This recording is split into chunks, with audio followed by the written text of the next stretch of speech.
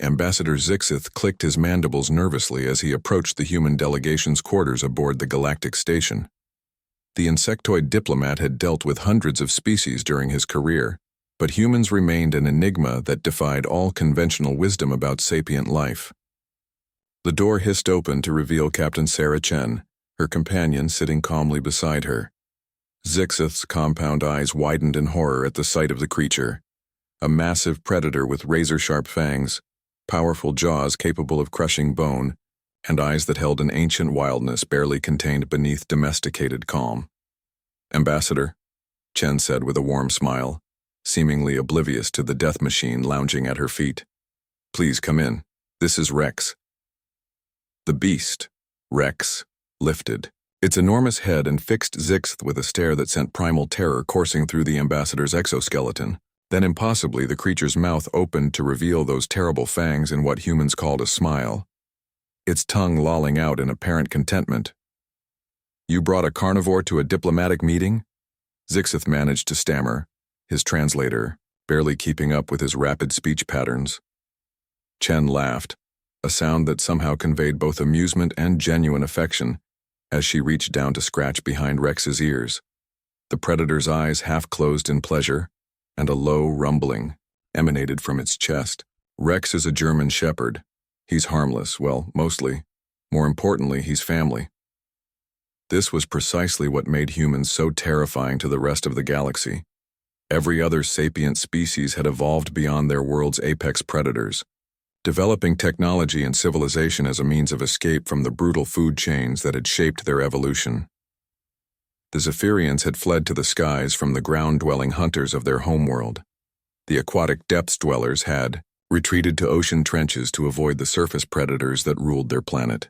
But humans had looked at the most dangerous creatures on their world and decided to make them pets.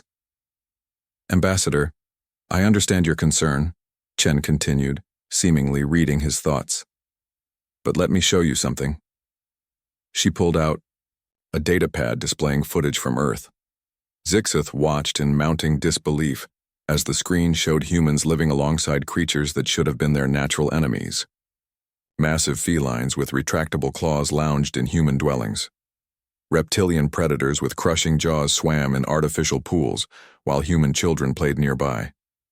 Most impossibly, some humans had even formed bonds with Earth's apex Ariel, predators, great birds of prey that could snatch a human off the ground with ease.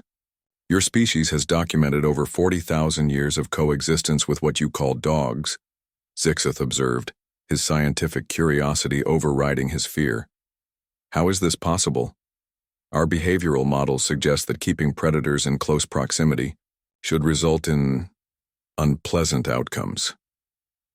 Chen's expression grew thoughtful. "I think it comes down to something fundamental about human nature. We don't see the world in terms of predator and prey the way other species do. We see potential partners, companions, family members. We look at a wolf and see not just a hunter, but intelligence, loyalty, the capacity for genuine connection." As if to demonstrate her point, Rex rose and approached Zixith, who froze in terror. The massive canine sniffed the air around the ambassador, then sat down and offered his paw, a gesture Chen had taught him for meeting new people. "He wants to shake hands," Chen explained gently. "It's a sign of friendship." Trembling, Zixith extended one of his delicate appendages. Rex's massive paw dwarfed the ambassador's limb, but his touch was surprisingly gentle. The predator's eyes held an intelligence that seemed almost diplomatic. "This is why your species terrifies the Galactic Council," Zixith admitted. "It's not just that you've tamed predators. It's that you've formed genuine emotional bonds with them. You've created loyalty where none should exist. The psychological profiles we've developed suggest that this ability extends beyond just animals." Chen nodded slowly. "You're worried about how we'll integrate with other sapient species. The Council has observed human behavior in conflict zones," Zixith continued. "You show the same capacity for forming these impossible bonds with former enemies. Human soldiers have been documented sharing rations with captured opponents, teaching them human customs, even adopting war orphans from hostile species. It defies every model of post-conflict behavior we've established." Rex, apparently bored with the conversation, had wandered over to a corner where he curled up on a cushion that was clearly his designated spot. The sight of the apex predator, making himself comfortable in a diplomatic suite, would have been absurd to any other species. Maybe that's exactly what the galaxy needs, Chen suggested. Every other species has survived by avoiding their predators, by building walls between themselves and danger, but humans learn to bridge those gaps, to find common ground with creatures that should have been impossible to reach. If we can do that with Earth's predators, imagine what we might accomplish with sapient species who are already capable of reason and communication. Zixith considered this. The galaxy had been locked in a cold peace for millennia, with each species maintaining careful distances from one another, treaties based on mutual avoidance rather than cooperation. Perhaps humans, with their inexplicable ability to form bonds across species lines, could offer something new. The Council will want to study this phenomenon, he said finally. Your methods of, domestication, the psychological mechanisms involved. Chen smiled again, reaching over to pat Rex, who thumped his tail against the cushion without lifting his head.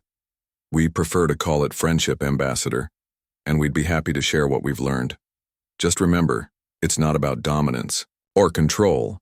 It's about seeing the potential for connection where others see only danger. As Zixith prepared to leave, Rex raised his head and gave the ambassador another one of those terrifying, friendly grins.